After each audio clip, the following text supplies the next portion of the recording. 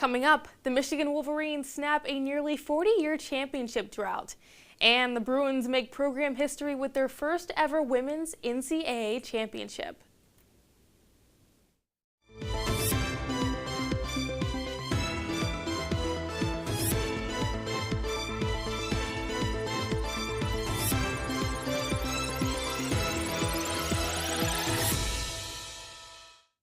Welcome to WEBN Sports. I'm Allie Evans. Let's jump right to the action of the sports world. The Michigan Wolverines clawed their way to their second national championship in program history, defeating the UConn Huskies 69-63. And it's over! Hail to the champions! Hail to Michigan!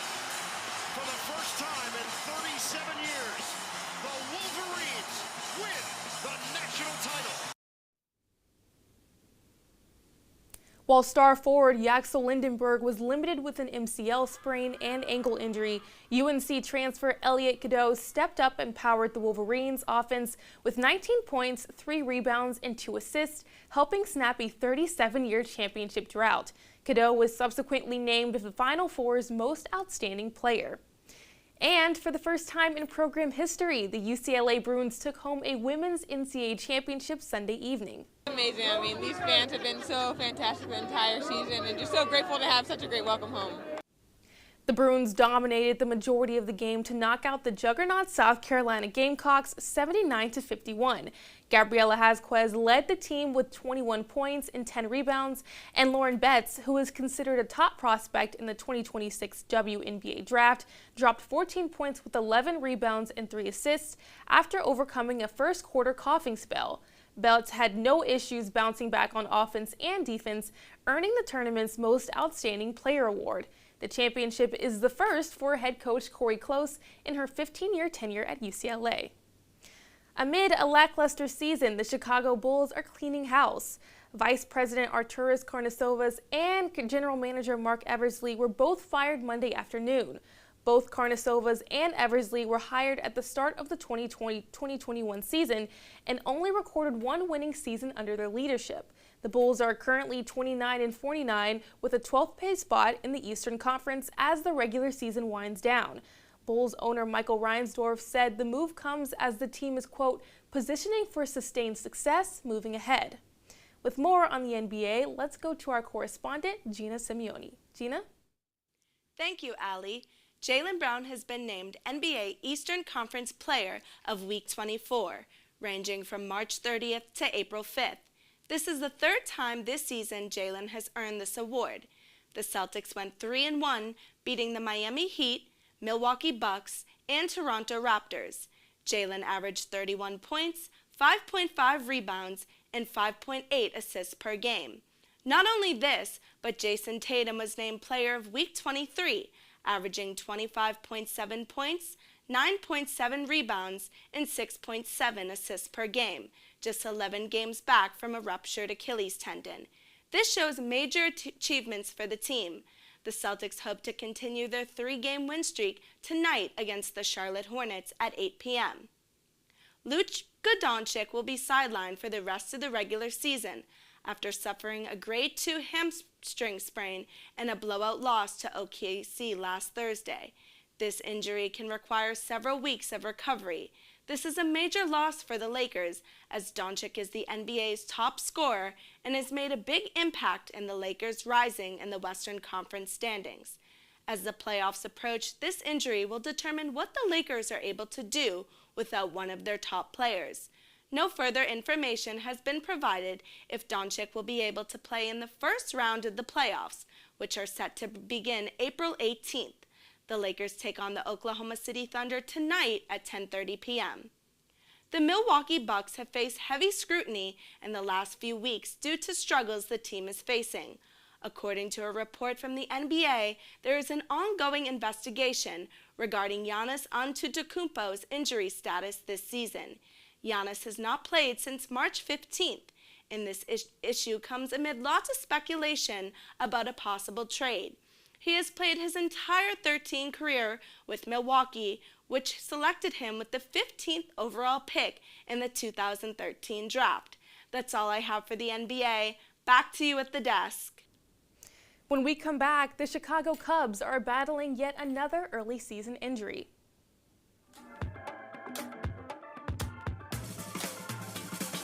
Get it, slip it, cuff it, check it. Talk to doctor now and share it. Get it, slip it, cuff it, check it.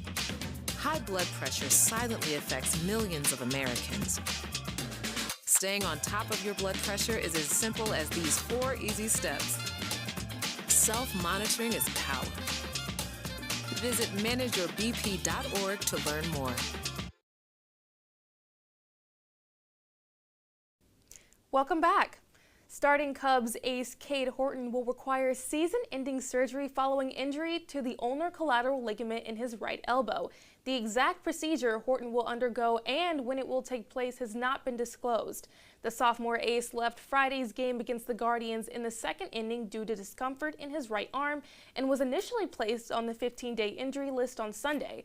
After losing starting pitcher Matthew Boyd to another early season injury, Javier Assad and Colin Ray will fill out the missing blocks of the Cubs rotation.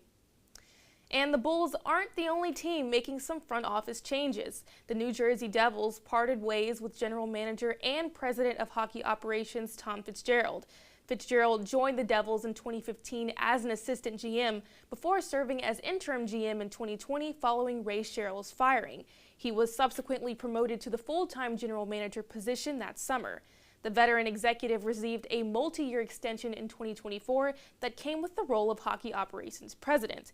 The team has not named an interim GM and the role remains vacant. Our NHL correspondent Pranati Kodamraju has more on the NHL. Thanks, Allie. Philadelphia Flyers forward Matvei Michkov has been fined $2,000 under NH Rule 64. This rule is used to penalize players who repeatedly dive with the purpose of receiving penalties. After a previous warning, Michkov received the fine after repeated offense in their game against Columbus for offsetting minor penalties. The money goes to the Players' Emergency Assistance Fund. After a broken shoulder resulting from an unlatched penalty box, the NHL are investigating the circumstances that led to Tampa Bay Lightning forward Pontus Holmberg's injury. The injury occurred in a game against the Buffalo Sabres, where Lightning lost 2-4. Coach Joan Cooper believes the penalty box operator should be fired as other players agreed. The team's frustration partly comes from the series of players getting injured this season. Currently, there isn't a set timeline for Holmberg's return.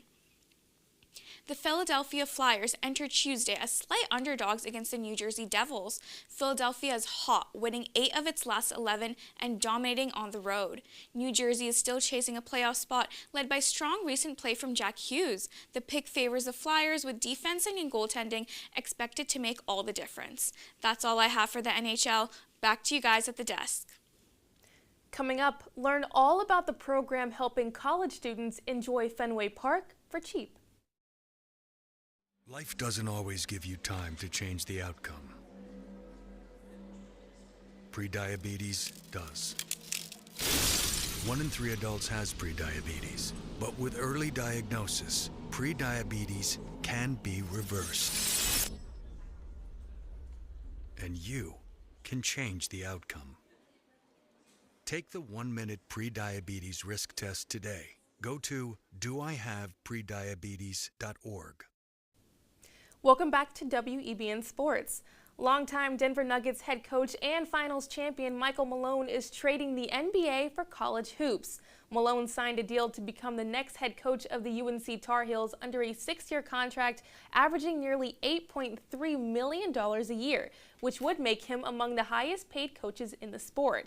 During his 12-year tenure in the NBA, the 54-year-old head coach won 510 games, including the Nuggets' first ever NBA championship in 2023. Now, despite this, Malone was fired in April of 2025 amid a, quote, toxic work relationship with general manager Calvin Booth and the overall team performance. Malone will replace former Tar Heels head coach Hubert Davis, who was fired on March 24th.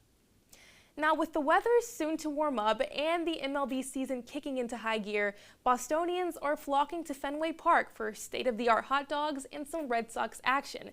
Now, for college students, tickets for these outings can actually be discounted at just $9. Our correspondent, Vonnie Hannah-Marion, has more. I'm here in front of historic Fenway Park, where many fans flock to come see the Red Sox play. However, for some, affording ticket prices can be a challenge.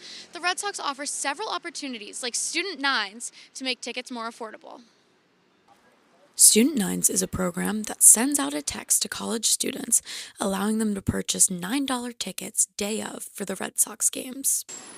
Compared to what it costs to go to a real game and sit, or like a normal game and sit like first base or third base line, it's a pretty good experience. As long as you're not under like the grandstand where your view sucks. If you're in the like right field or center field, it's money.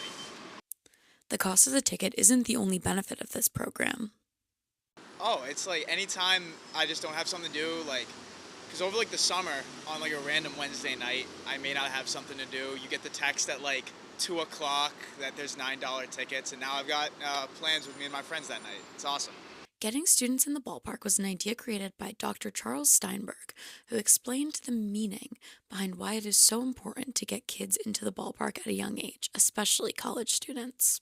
People wax nostalgic about Fenway. Oh, when I was a kid, my grandmother brought me here.